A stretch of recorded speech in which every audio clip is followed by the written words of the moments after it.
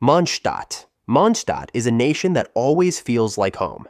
Inspired by medieval Germany and Central Europe, Mondstadt gives off that strong medieval vibe, like castles, windmills, and knights everywhere. The Archon, Barbados, the Anemo Archon, is hands down the most humble character in Genshin. I mean, sure, he might look like your typical femboy type character, but honestly, we haven't even seen his true power yet. I'm pretty sure he's way stronger than he lets on. He's one of the original Archons who was never replaced, and he also has a direct connection to Istaroth, the goddess of time. Even though it's called the City of Freedom, Mondstadt still has laws that are strictly kept by their knights, the Knights of Favonius.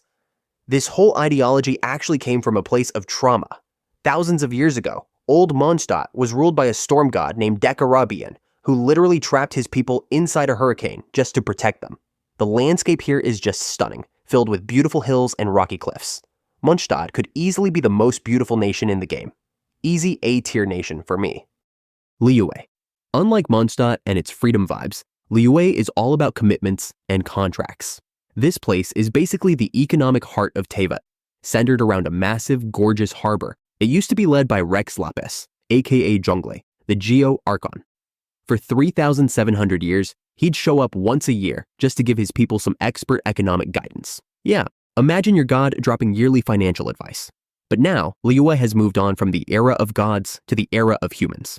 The government is fully handled by the Liyue Kuiqing, 7 human leaders, including Ningguang, Ganyu, and Keqing. Liyue takes heavy inspiration from China's natural beauty. You've got iconic spots like Liyue Harbor, Huiyun Karst, and Wuwang Hill, mountains, mist, and that calm but powerful atmosphere. Another A-tier nation for me. Inazuma. Ruled by the Raiden Shogun, the Electro Archon. Unlike the other gods, A has a super rigid vision for her nation. She basically believes that change is the enemy of existence. She wants Inazuma to stay static and never change, so her people don't have to suffer through loss. The government runs through a tri-commission system.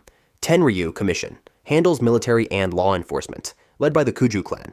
Kanju Commission takes care of finance and customs/immigration, led by the Hiragi clan. Yashiro Commission manages culture and festivals, led by the Kamisato clan. Inazuma is an island nation inspired by Shogunate-era Japan. The scenery is dominated by falling cherry blossoms, grand pagoda architecture, and purple lightning flashing across the sky. But unlike other nations, the nature here feels hostile. You've got eternal thunderstorms, electrified water, and thick fog on certain islands. Honestly, in my opinion, Inazuma is probably the worst place to live in the Genshin universe. I was originally going to give this place a C tier, but since it produced so many top-tier waifus, I'm bumping it up to B tier. Sumeru. Sumeru is the intellectual center of Teyvat. It's currently led by Lesser Lord Kusanali, also known as Nahida. If we look back at its ideological history, it was heavily shaped by her predecessor, Greater Lord Rukkhadevata. Wait, actually, I'm pretty sure Lesser Lord Kusanali has been leading Sumeru from the very beginning, right?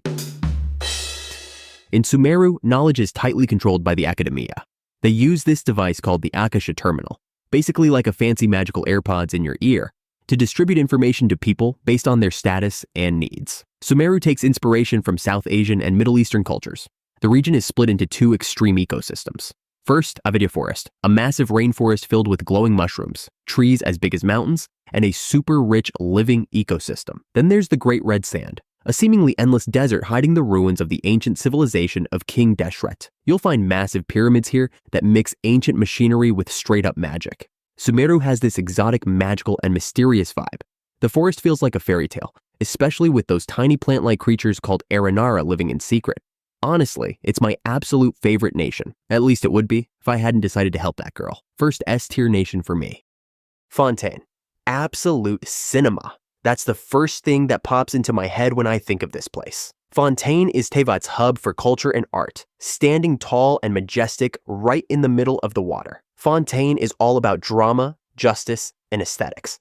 The whole nation is inspired by Belle Epoque-era France, mixed with some heavy steampunk vibes. Fontaine is led by Lady Fiorina, the Hydro Archon, or at least that's what the public believes. Court trials are held in the Opera Epiclese, a grand opera house where the verdict isn't just based on evidence, but also on the judgment of the public, and a massive machine called, well, you can try pronouncing that name yourself. Fontaine sits at a crazy high elevation, surrounded by gigantic waterfalls that pour down toward the other nations.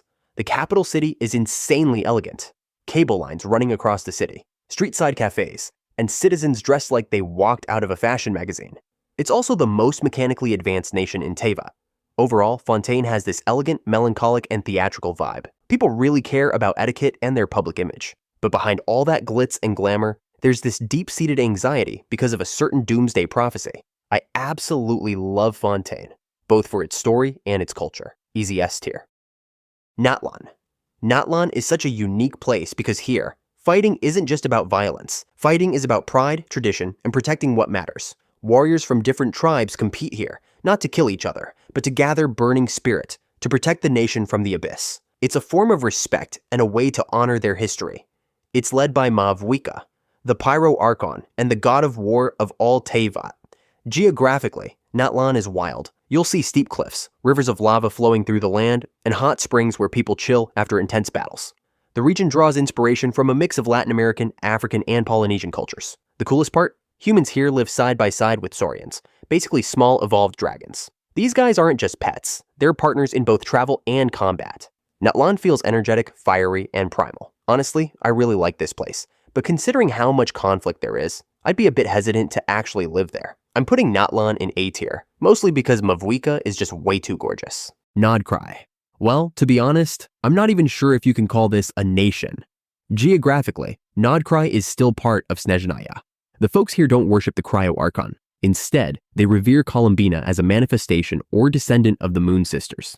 The society in Krai isn't run by Fatui military ranks. Instead, it's governed by a sort of order of monks or sacred guardians. The whole place has this ethereal, haunting, and sacred vibe. I'm a fan of the characters and the lore here. This place is perfect for A tier. Snezhnaya. This is a country that's basically been prepping for the final war against the heavenly principles. The nation is led by the Tsaritsa, the Cryo Archon. She used to be known as the goddess of love, but a massive tragedy 500 years ago turned her cold and merciless. At its heart sits the Zapolyarny Palace, a massive ice fortress that serves as the government hub and the home of the Tsaritsa. Snezhnaya is the headquarters of the 11 Fatui Harbingers. These guys travel all over Teyvat to seize gnostices from other gods to fuel the Tsaritsa's master plan.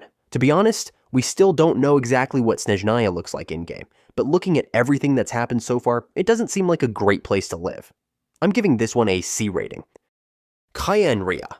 Kaenriah is the nation without a god that was wiped out 500 years ago during the Cataclysm.